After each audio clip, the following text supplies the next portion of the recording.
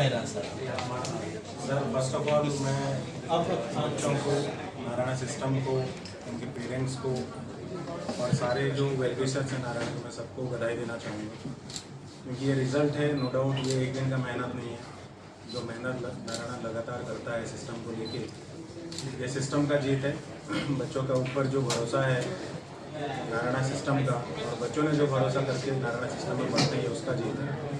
तो डेफिनेटली ये एक ऐसा जर्नी है, रैंक 1 ऑल इंडिया जो सबसे बड़ा अचीवमेंट होता है, हर किसी का ड्रीम होता है। उसके साथ एक सबसे बड़ा अचीवमेंट रहा कि rank 1, rank 2, rank 4, rank 8 and rank 10 means top 10 में 5 रैंक के साथ 50% का शेयरिंग अकेले नारायण ने परफॉर्म करके अपने आप को फिर से साबित किया है कि system is the supreme in the Narayan. Sir कितना मुश्किल होता है ऐसे टॉप में बच्चों को लाना, और आप लोग किस तरह से इसकी तैयारी करते हैं? देखिए, बच्चों जैसे भी पढ़ाई करते हैं, नो डाउट टैलेंटेड तो होते ही हैं, बट बच्चों को सही दिशा दिखाना, सही तरीके से उसको सिस्टम बनाना, सही तरीके का स्टडी मटेरियल देना, सही लेवल का टीचर उनको सपोर्ट करना, और पढ़ाई के साथ साथ उसका डाउट्स एंड नेक्स्ट लेवल का प्रिपरेशन करवाना, ये एक बहुत बड़ा मैकेनिज्म होता है ताकि इसके पीछे जो रिजल्ट बनता है।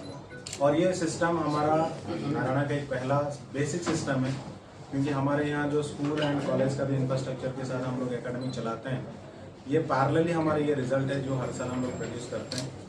तो जो सिस्टम हमारा बना रखा है, चाहे वो माइक्रो शेड्यूल हो या स्टडी मटेरियल्स हों या हमारे असाइनमेंट्स हों या हमारा ऑल इंडिया टेस्ट हों, कहीं ना कहीं ये बच्चों को एक ऐसा प्लेटफॉर्म दिलाता है जो बच्चों को परफॉर्म करने में हेल्प करता है।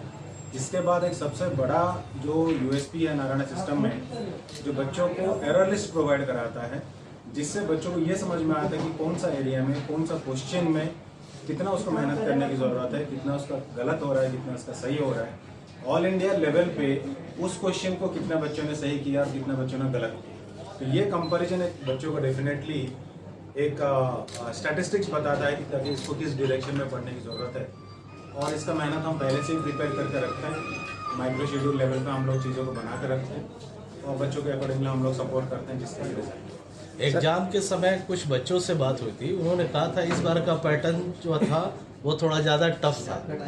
तो किस तरह से आप लोग पहले इसको तैयार करते हैं बच्चों को? क्या बच्चों का क्या एक्सपीरियंस था एग्जाम? सर आईआईटी का पेपर डेफिनेटली जो कि इंडिया का सबसे टफ पेपर माना जाता है, क्योंकि ये जो सिलेक्शन होता है आईआईटी में, ये सिर्फ टैलेंट का नहीं होता है, ये पेशेंस का भी होता है, जिसके अंदर डेवलप करने की कोशिश किया जाता है। तो इस बार का पेपर डेफिनेटली थोड़ा टफ था, लेंदी था, कैलकुलेटिव था, जिसके चक्कर में बहुत बच्चों का गलतियाँ हुए हैं, अनएक्सपेक्टेड गलतियाँ हुए हैं। तो बहुत अच्छे बच्चे थे जो काफ़ी परफॉर्म करने चाहिए तो वो भी नहीं कर पाए। बट ये जो बच्चे अपने आप को पेशेंस के साथ आईआईटी पेपर को फेस करते हैं, जिसके अंदर वो कॉन्फिडेंस है, जो काफ़ी ठहराव सिस्टम के साथ आगे बढ़ते हैं, डेफिनेटली वो बेटर स्कोर करते हैं। और उसी का ये नतीजा है जो टोटल 307 मार्क्स लाके जो ऑल इंडिया रैंक 1 लाया है, तो इसी का ये नतीजा है, और जिसका ये प्रैक्टिस काफ़ी दिनों से करके रखा था। और ऐसे बच्चों के साथ जनरली हमारा ये कोशिश रहता है ताकि वो एग्ज़ाम के टाइम में वो मेंटली काफ़ी पीसफुल रहें, काफ़ी पैनिक ना हो, और लास्ट कम से कम 20 दिन तक हम लोग कभी भी कोशिश नहीं करते कि नया क्वेश्चन वो अटैम्प्ट करे, नए एरिया को वो टच करे, नया एरिया को वो स्ट्राइक करे, जिससे वो डिप्रेशन की चांसेस रहते हैं। तो कहीं ना कहीं ये सारा चीज़ को हम बैलेंस करते हुए चीज़ों को डेवलप करते हैं, और जिसके बेसिस पे ये बच्चा का ये रिजल्ट है। सर अपने इंस्टीट्यूट में कितने बच्चे टॉप आए हैं? सर अभी तक एज पर रिजल्ट टॉप 10 की अगर हम बात करें तो डेफिनेटली 5 रैंक हैं, 1, 2, 4, 8 एंड 10। एंड टॉप 100 में अभी तक जो रिजल्ट हमारे 42 सिलेक्शंस हैं एज पर डेटा कंपाइल्ड सो फार।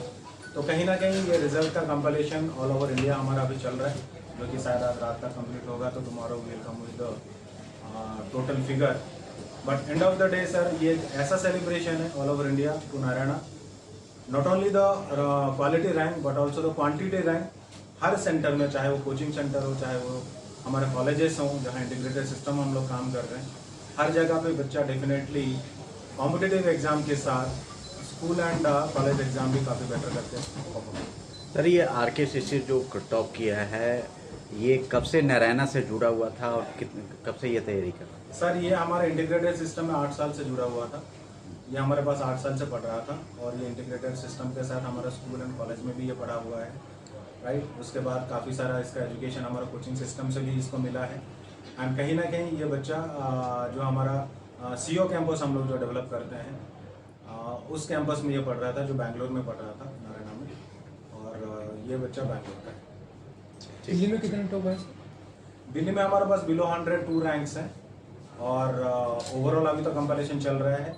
दिल्ली का जो बेस्ट रैंक हमारा गया है दैट इज 58। ठीक। सर एक आखिरी सवाल है, और ये क्या क्लासरूम के बच्चे हैं या इसमें अदर हैं? ये बहुत अच्छा क्वेश्चन है आपने पूछा। डेफिनेटली ये सारे क्लासरूम के ही बच्चे हैं, क्योंकि जनरली नारायणा सिस्टम अपने आप में बना हुआ है जो इंटीग्रेटेड मॉडल पर रन करता है। तो जितने भी बच्चे होते हैं जनरली क्लासरूम के बच्चे होते हैं, बिकॉज हम उसको बहुत ज़्यादा क्लासरूम की तरफ इंकरेज करते हैं, क्योंकि उसका इंटीग्रेटेड सिस्टम स्कूल परफॉर्मेंस भी हमारे लिए मैटर करता है। तो हम इसको डेफिनेटली क्लासरूम के ही थ्रू इंकरेज करते हैं, और हमारे किया हुआ material, micro schedule, question paper या जो कंटेंट जो डेवलप करते हैं that is through our classroom only, and this is proudly saying that it is all our classroom. ठीक। बच्चों को बोला अब बच्चों को